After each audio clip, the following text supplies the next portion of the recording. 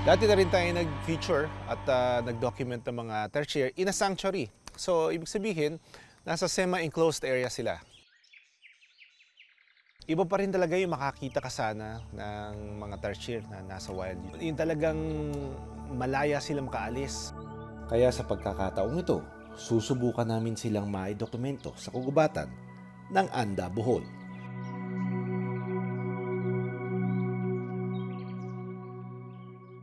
Sa lugar na ito, Maumag ang tawag nila sa mga tertiary. Merong reservations on my part na parang ang hirap naman kasi ng tertiary hanapin eh. So we keep an open mind na sana makakita tayo.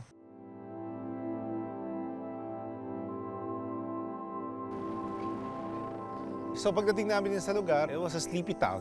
Malayo sa kabihasnan. Yung mga tao dito, lagi nilang sinasabi that they see tertiary regularly. Pag sinabi mong madami, malapit lang dito, makakakita na kami. Mayroong malapit, mayroong pong malayo. Yung mga tao dito, sanay sila sa tertiary? Oo, sanay. Hindi ba hinuhuli? Hindi. Bawal ang hinuli nila. Kasi may DNR pumunta dito.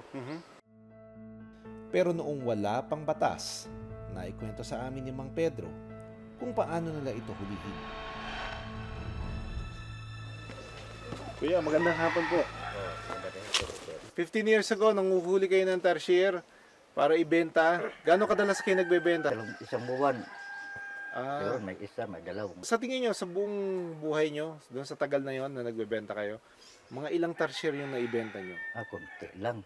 Mga walang 10. Sa kasalukuyan, tour guide na si Mang Pedro sa lugar sa mga gustong makakita ng wild na tertiary. Kasama si Mang Pedro at ilang guide, sisimulan namin ang paghahanap ng tertiary. Okay, so para mas maganda yung communication natin doon sa gubat, yung ibibigyan ko kayo ng walkie-talkie. Yung grupo nyo, dito kayo sa kabilang side. And then yung grupo namin, dito kami sa kabilang side.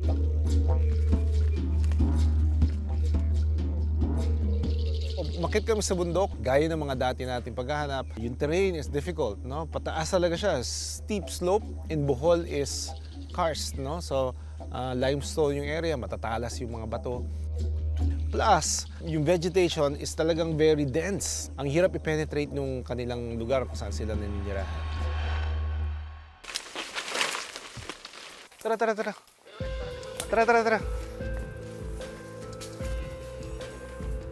Nandun.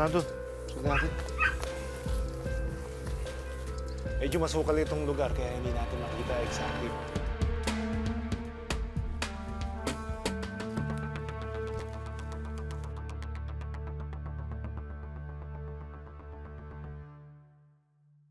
May nakita na po. Ayan. So may nakita na yung isang team. Puntahan na natin.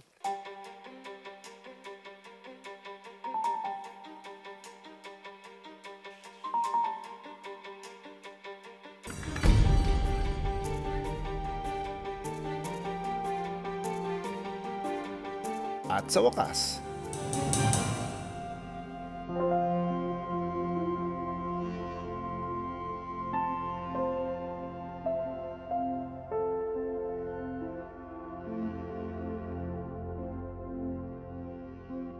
mga insekto tulad ng kuliglig ang pagkain nila.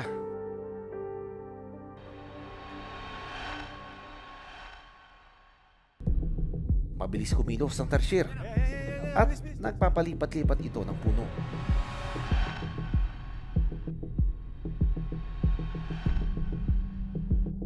Mula sa pagiging endangered, near-threatened na lang ang bilang ng mga tertiary. Pero hindi ibig sabihin na hindi na nila kailangan ng proteksyon.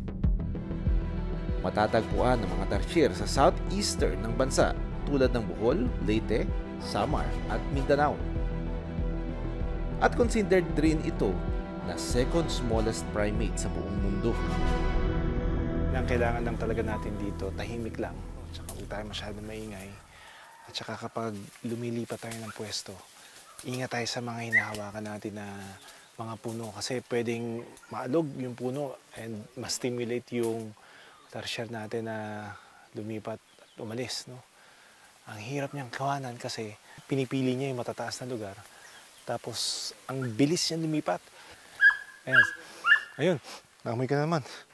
Malapit siya sa musang na amoy. Yung civet cat. Kung ano man yung amoy na yun, ganun, malapit dun. May pagkapantot ng konti. Mataas ang stress level ng mga tarsier.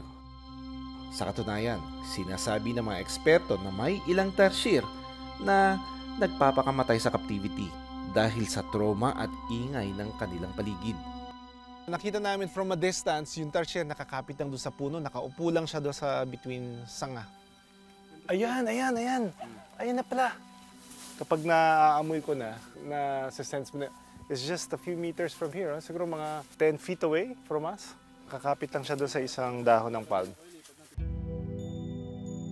May time doon na habang inoobserbahan natin ito mga tarsier, siya mismo din nag-oobserba sa atin while we're documenting. Alam natin na nakatingin siya sa atin, probably wondering kung anong ginagawa natin.